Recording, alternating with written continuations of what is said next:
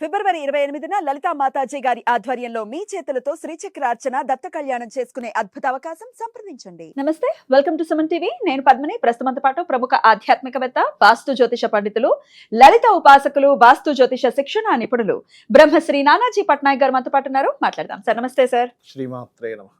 Sir, ముందుగా మీకు మహాశివరాత్రి శుభాకాంక్షలు సార్. మీకు మన సుమన్ ఛానల్ ప్రేక్షకులందరికీ కూడా మహాశివరాత్రి శుభాకాంక్షలు. ఆ శివానుగ్రహం పరిపూర్ణంగా కలగాలని మనస్ఫూర్తి కోరుకుంటున్నాను. Thank you so very much sir. మాఘ ఆదివారాలు చేసినటువంటి, అంటే ఈ మాఘమాసం మనల్ని కరుణించినటువంటి విధానం అమోఘం. ప్రతి ఆదివారం చాలా చాలా విశేషంగా వచ్చింది. అవునండి. ఇక ఆఖరి ఆదివారం శివరాత్రితో ముగుస్తోంది. ఏం అద్భుతం సార్. అదే కదా కదా సార్. ఈ మరి శివరాత్రికి నేను కామాఖ్యలో కూడా ఉంటాను. కామాఖ్యలో ఉండబోతున్నారు. ఆ తల్లిని మరీ మరీ అడిగినట్లుగా చెప్పండి, మన ప్రేక్షకుల తరపున, నా తరపున. ఆవిడ అడిగితే కూడా మీకు చెప్తా. ఆవిడ అడుగుతారా? సామాన్యులం సార్ మేము, అల్పులము. అంటే రోజు అమ్మవారు ఆరాధన చేస్తారుగా మీరు కూడా, అందుకని అడుగుతుంది. అడుగుతున్నాము. చూడండి సార్, అడుగుతుందో లేదో అమ్మవారు మరి. తప్పకుండా. సరే, అయ్యగారి గురించి మాట్లాడాలనుకుంటే ముందు అమ్మవారి గురించే మాట్లాడాలి. శక్త్యాయుక్తో యది భవతి అన్నట్టుగా, శక్తి లేనిదా అతను కదలలేడని చెప్పారు ఆదిశంకరాచార్యులు వారు. శక్తి అవసరం. అద్భుతం సార్. మరి మహాశివరాత్రి స్వామివారు లింగ రూపంలో భూమి మీద అవతరించినటువంటి రోజు అందరికీ తెలిసినటువంటి విషయమే కాబట్టి శివానుగ్రహం చాలా త్వరితగతిన పొందొచ్చు అని అంటూ ఉంటారు. మరి ఇంట్లో ఎలా ఈ శివరాత్రికి అసలు విధి విధానాలు ఏమిటి, ఏం పాటించాల్సి ఉంటుంది? కామాఖ్యలో మీరేం చేయబోతున్నారు ఈ శివరాత్రికి, ఇవన్నీ ఒకసారి చెప్పండి. తప్పకుండా అండి. మనకి 17, 18, 19 తేదీల్లో 17వ తేదీ ఏమో గణపతి మరియు లలిత హోమము, 18వ తేదీ నవగ్రహ హోమము, 19వ తేదీ చండీ హోమం చేయబోతున్నాం. ఎవరైనా జాయిన్ అవ్వాలనుకుంటే కింది చిన్న నెంబర్లకి కాంటాక్ట్ అయితే కానీ తెలుస్తుంది. అయితే మీ ఆధ్వర్యంలో మీరు మా ఆధ్వర్యంలో నేను ఉంటానండి అక్కడ. అయితే నేను 13వ తేదీయే వెళ్ళిపోతున్నా. 3 రోజుల ముందే వెళ్తున్నా. ఒక ప్రశ్న సార్, ఎప్పుడు ఇటువంటి హోమాలు మీరు చేయించేవారు కాదు కదా? చేయించేవాళ్ళని కాదు. మరి ఏమిటిది?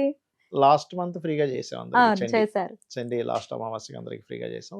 ఏంటంటే ఒక సంకల్పం చేసుకున్నాను. అష్టాదశ శక్తిపీఠ హోమోత్సవం ఈ ప్రోగ్రామ్ పేరు. అంటే అన్ని అష్టాదశ శక్తిపీఠాల్లోని హోమం జరుగుతుంది 1 by 1 గా. దాని తర్వాత ఒక గోశాల నిర్మాణం చేయాలి, అందులో అమ్మవారికి సంబంధించింది ప్లస్ గోశాల నిర్మాణం చేయాలని సంకల్పం. దానికోసం చేస్తున్న పని ఇదంతా కూడా.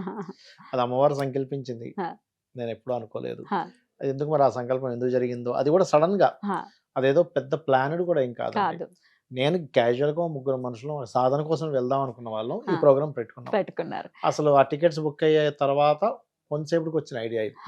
అంతేగాని అది స్ఫురణ కలిగించింది. ఐడియాను కూడా అనకూడదు, అమ్మవారు స్ఫురణ కలిగించింది. ఖచ్చితంగా అనుగ్రహం అలా వచ్చింది. మొదటి పీఠమే కామాఖ్యలో. అవునండి, అవును. అద్భుతం. కావాలి అనుకునే వాళ్ళు మరి కాంటాక్ట్ చేయండి పట్నాయక్ గారికి. సో అయితే ఈ శివరాత్రి ఇప్పుడు మనకి చూడండి, మరి ప్రతి నెల అమావాస్య వస్తూ ఉంటుంది, రోజులు గడుస్తూనే ఉంటాయి. మరి శివరాత్రికి ఎందుకు ఇంత ప్రత్యేకత అంటే, మనకి శాస్త్రాల్లో పురాణాల్లో కొన్ని తిథులు, ఇప్పుడు మనకి చూడండి గురుపుష్య యోగం అంటాం, అదేవిధంగా భాను సప్తమి అంటాం, ఆదివారం నాడు సప్తమి వస్తాయి. ఓకే, అలా ఏంటంటే మనకి కొన్ని మాసాలలో ఆ రోజు కలిగేటువంటి కొన్ని తిథులకి ఒక్కొక్క దేవత యొక్క ఎనర్జీ ఎక్కువగా ఉంటుంది, చాలా ఎక్కువగా ఉంటుంది. అలా అయితే మనకు ఆఫర్స్ అంటారు చూసారు, ఆఫర్స్ పెట్టినట్టుగా భగవంతుడు కూడా ఏం చేస్తాడంటే, అయ్యో వీళ్ళందరూ రకరకాల పాపాలు రకరకాల ఇవి పెరిగిపోతూ ఉంటాయి, మనం అప్పుడప్పుడు కొన్ని అలా వదులుతూ ఉండాలి.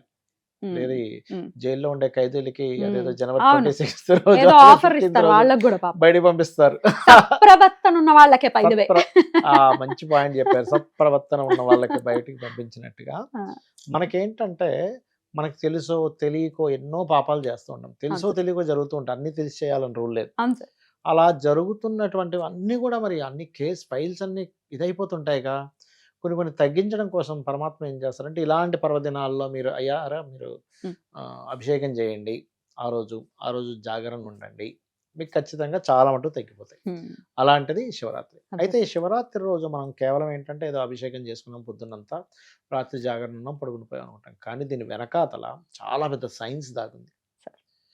ఎలా అంటే, మొట్టమొదటిగా ఫాస్టింగ్ ఉంటాం, అందులోని పార్థివలింగాన్ని పెట్టి మనం అభిషేకం చేయమని చెప్తుంది శాస్త్రం. ఎప్పుడైనా మనం మట్టితో చేసినటువంటి పదార్థానికి కనుక మనం చేసినట్లయితే ఫస్ట్ ఆఫ్ ఆల్ ఏమవుతుందంటే ఆయుష్ పెరుగుతుంది. గుర్తుపెట్టుకుని, పార్థివలింగం అభిషేకం వల్ల ఆయుష్ పెరుగుతుంది.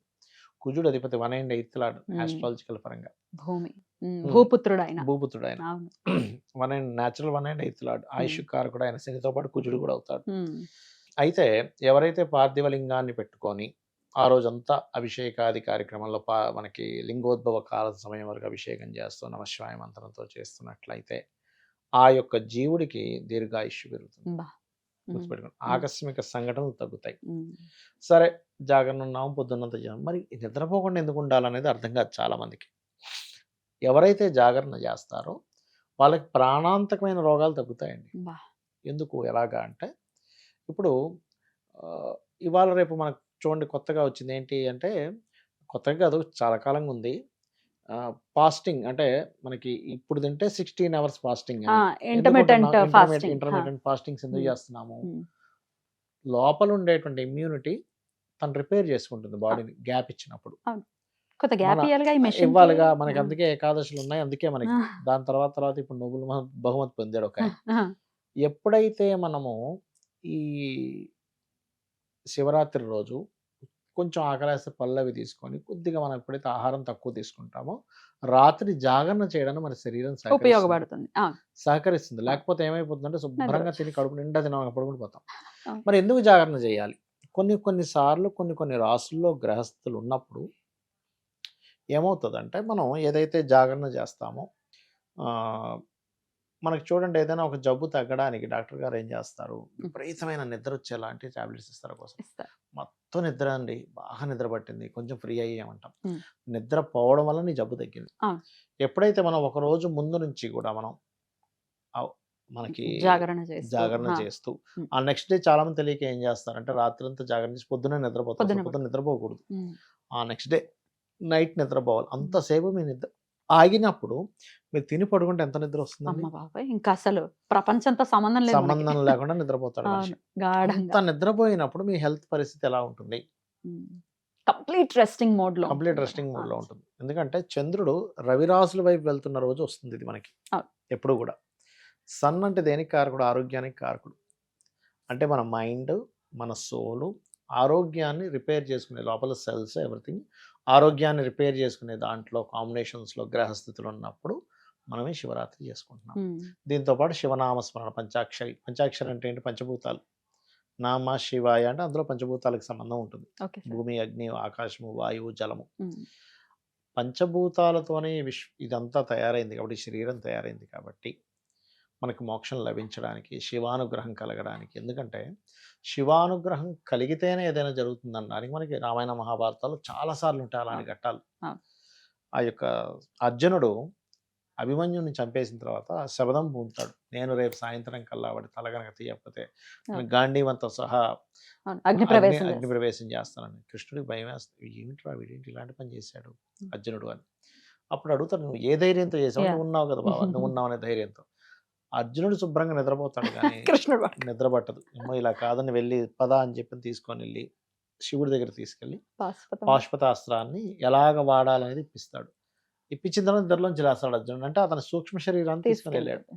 అంటే ఇక్కడ అర్థం ఏమిటి? శివానుగ్రహం ఖచ్చితంగా ఉండాలి మనకి. సృష్టి స్థితి లయ ఎండ్ అవ్వాలి కదండి, ఏదైనా సరే కంప్లీట్ అవ్వాలి కదా, కంప్లీట్నెస్ అనేటువంటిది. కాబట్టి ఒక్కరోజు సంవత్సరం మొత్తంలో ఒక్కరోజు మనం రకరకాల కారణాల చేత ఒక్కోసారి నిద్రపోము, ఒక్కోసారి తినము. కానీ ఈ పర్వదినం రోజు ఎప్పుడైతే మనం ఇచ్చేస్తామో జన్మకు ఒక శివరాత్రి అంటాం. అంటే మన జన్మని సార్థకత చేసుకోవడానికి ఉండేటువంటి రాత్రి అని అర్థం. మనం గట్టిగా సంకల్పం చేసుకున్నాం, ఎస్ నేను ఈరోజు అభిషేకం మొత్తం శివుడు దీంట్లోనే ఉంటాను, ఎస్ నేను ఈరోజు ఎట్టి పరిస్థితుల్లో జాగరణ ఉంటానని గట్టి సంకల్పం చేసుకోవాలి. ఎందుకు గట్టి సంకల్పం చేసుకోవాలని చెప్తున్నానంటే, గట్టి సంకల్పం చేసుకోకపోతే మనం చెయ్యం. సర్లే చూద్దాం ఏమైపోతుంది. ఇప్పుడు సరే నేను నిద్రపోలేదు, నేను జాగరణ లేదు, పడుకున్నాను, నాకేం కొత్తగా పోయిందేముంది, జాగరణ ఉన్నాడు వచ్చేదేముంది అనిపిస్తుంది. నీ బాహ్యంగా కనబడకపోవచ్చు. కానీ ఎవరైనా సరే నేను ఒక ఎక్స్పీరియన్స్ చెప్తాను. ఎవరైతే పొద్దునంతా శివుని యొక్క దీంట్లో ఉండి రాత్రి జాగరణ కూడా శివుని యొక్క నామస్మరణ చేస్తే సరిగ్గా లింగోద్భవ కాలం సమయం తర్వాత వాళ్ళకు ఒక అనుభూతి కలుగుతుంది, ఒక స్మెల్ వస్తుంది. అంటే శివుడు వచ్చి వెళ్ళాడనే ఒక సువాసన కలుగుతుంది, ఒక తెలియని ఒక అనుభూతి కలుగుతుంది ప్రతి ఒక్కరికి. అది ఎప్పుడు భక్తి మార్గంలో కంప్లీట్గా భక్తి, శివుడి మీద భక్తితో పారవస్యంతో ఉండాలి ఉంటే ఆ శివుడు అబ్బా మెచ్చుకొని ఆయన వచ్చి వెళ్ళిన ప్రెజెన్స్ మనకు కనబడుతుందండి. అది చాలా మంది చూస్తే అలా అవ్వడం. కాబట్టి మీరు అది ఎక్స్పీరియన్స్ చేయడం కోసమైనా ఒక్కసారైనా ఉండండి. ఒక్కసారైనా చేద్దాం. బోలాశంకరుడు అంటారు. ఆ, కాబట్టి ఆ. శివానుగ్రహం కనుకుంటే అన్ని ఉన్నట్టే. అన్నీ ఉన్నట్టే. ఉన్నట్టే. పొందుదాం ప్రత్యేకంగా. ఇట్లా ఇంట్లో చేయలేని పక్షంలో ఆలయాల్లో గడిపినా కూడా అంటే అక్కడ పురోహితులు చేస్తూ ఉంటే అది వినటం కూడా అవును, చేయొచ్చు కదా సార్. చేయొచ్చు. ఇప్పుడు అద్భుతం, లింగాభిషేకాలు ఖచ్చితంగా జరుగుతూనే ఉంటాయి చేయొచ్చు. నిషేధి కాలంలో. అందులో పర్టికులర్ గా ఎవరికైనా ఉమ్, అల్పాయుష్ ఉమ్, అంటే కొంత గండాలు ఉన్నప్పుడు చంద్రశేఖర అష్టకం చేసుకోవాలి, ఉమ్. ఇంకా చక్కగా పనిచేస్తుంది. అలా పని చేయాలి. ఈశ్వరానుగ్రహం మనందరి పట్ల పరిపూర్ణంగా ఉండాలని మనస్ఫూర్తిగా కోరుకుంటూ మరొక్కసారి మీకు మహాశివరాత్రి శుభాకాంక్షలు సార్. నమస్తే. శ్రీమాత్రే నమః.